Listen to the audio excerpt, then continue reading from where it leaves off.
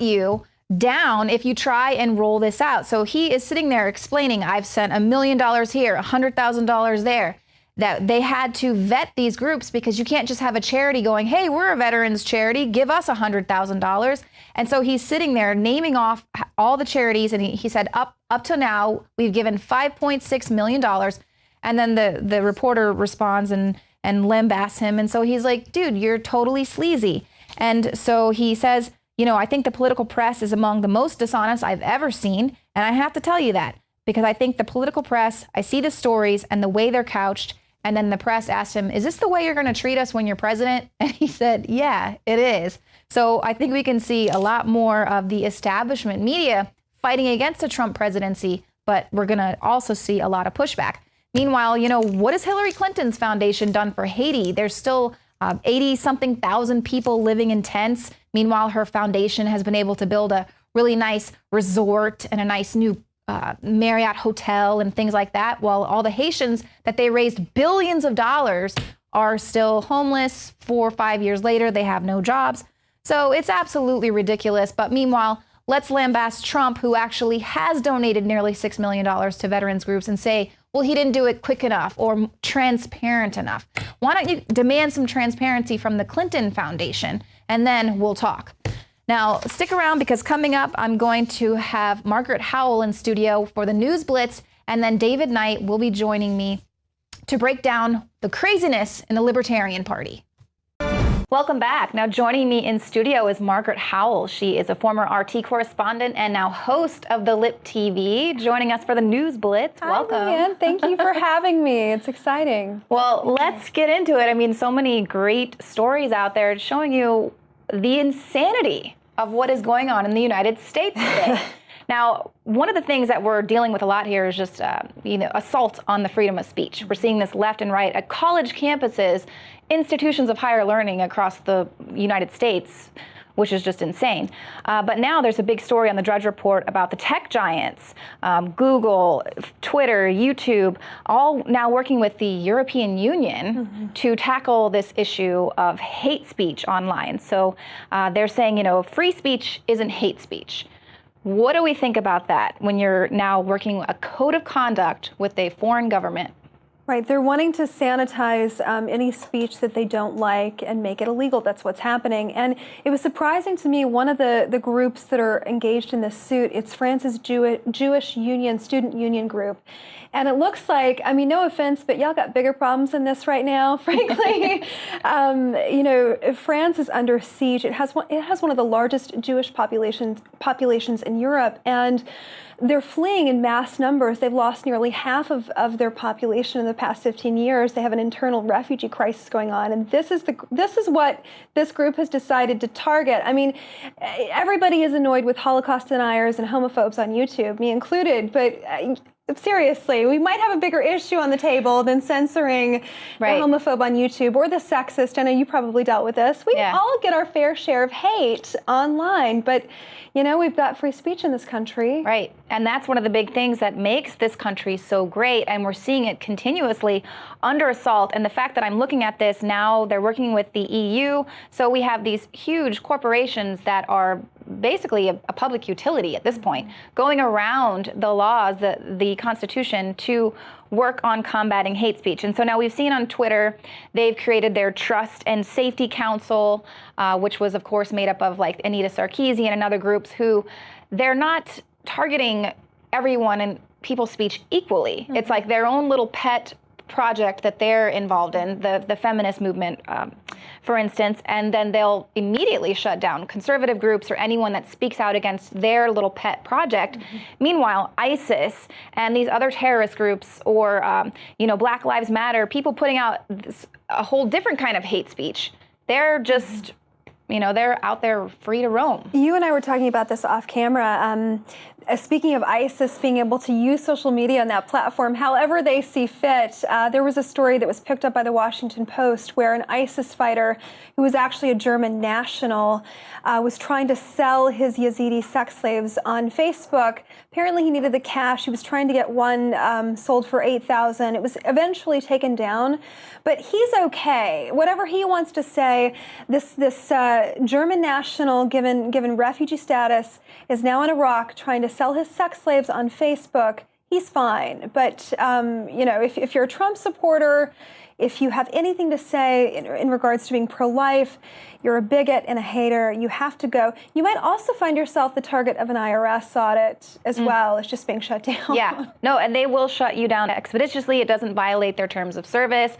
We also did a report a few months back where they had ISIS fighters were selling weapons. I mean, huge military tanks, weapons on Facebook, and you're reporting the page, and it stays up, or showing ISIS beheading videos and things like that. And so that's the big issue, is who gets to decide what is racist, what needs to be banned. And just to kind of give you a little idea about how the world is upside down, we have, for instance, a state rep, a Louisiana state Democrat, saying that she doesn't want school children to be taught the Declaration of Independence because it's racist. So, I mean... and probably hate speech as well. How dare we? How dare we think that we have this idea, this concept of the independent... The Bill of Rights, for that matter, that's probably racist too while we're at it. Do we know Yeah, because it was created so long ago. And we should probably put her on blast while I'm thinking about it. State Rep Barbara Norton. She opposes this new bill that would mandate school children be reading the Declaration of Independence to understand. Now, obviously, everyone knows back when this was written, the country wasn't great at that time. Yes, people had slaves, but it was sort of the hallmark to show people the direction they needed to be going. And it's powerful and it's wonderful. Why do you think people are dying to get here on rafts? And now there are so many people that are being taught in schools that this country is terrible and that we need to do away with what we've created here. For instance, now we have a student group, the National Union of Students. She was speaking at the Black Students Union Conference, and she was calling for prisons to be banned because they are racist and sexist, and that demanding all criminals be freed. She's also a very outspoken anti-Semitic, and she says universities are Zionist outposts because if they have a large Jewish society.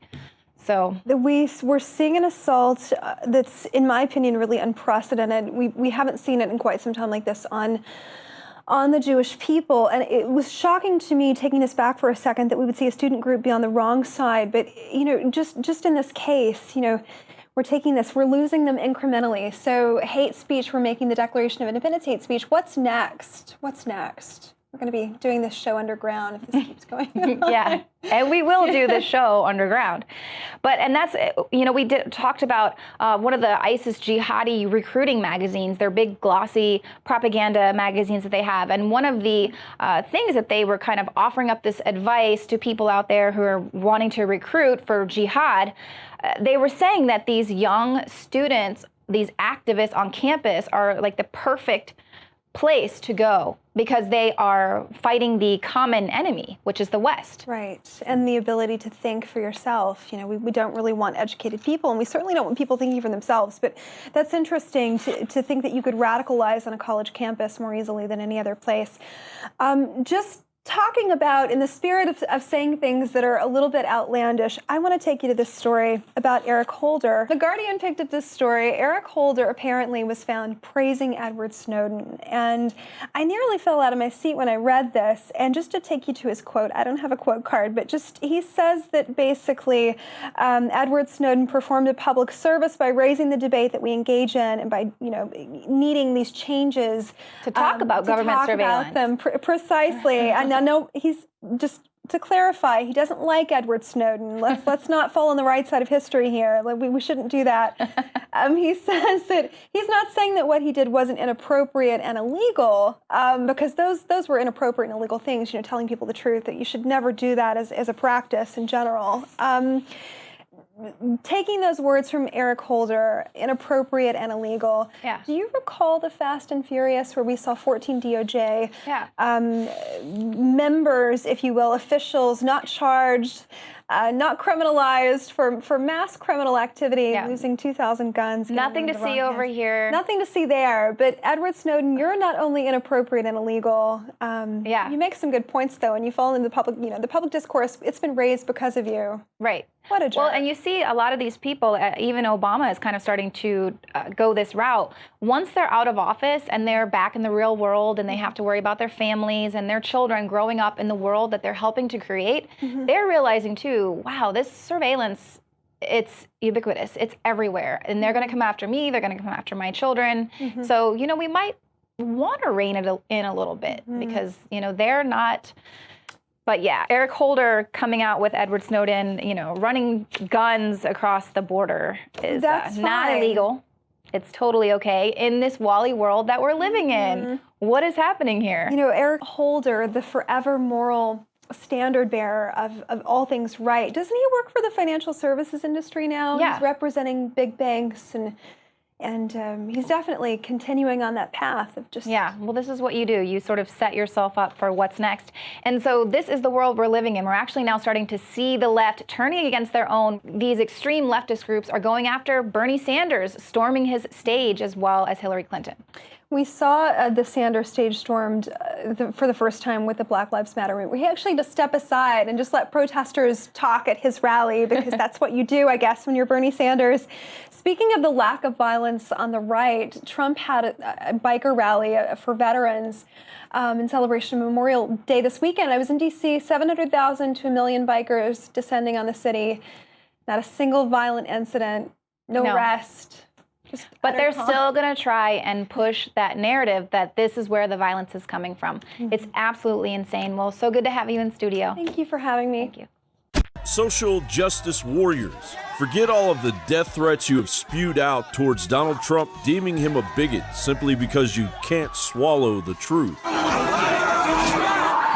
Reality is on the verge of entering the comfort zone you so adamantly defend. The tsunami of immigration strategized by Bilderberg elites to divide and conquer the U.S. and Europe is only growing stronger and more dangerous as the days roll by. And now, as London's newly elected pro-caliphate mayor strengthens the foothold of Sharia law, it appears jolly old England may be the first country to completely fall if nothing is done. Breitbart UK reports. Up to 500,000 migrants and their families who have fled from the Middle East, North Africa, and elsewhere could head to the UK after 2020 under European Union free movement rules. Between 240,000 and 480,000 may travel to UK, and while countries such as Greece, Italy, and Germany have been hardest hit by the migrant crisis so far, a secondary wave will likely move on to Britain once they have the right. Meanwhile, as Obama is challenged by 26 states on the constitutionality of the 2014 DAPA program,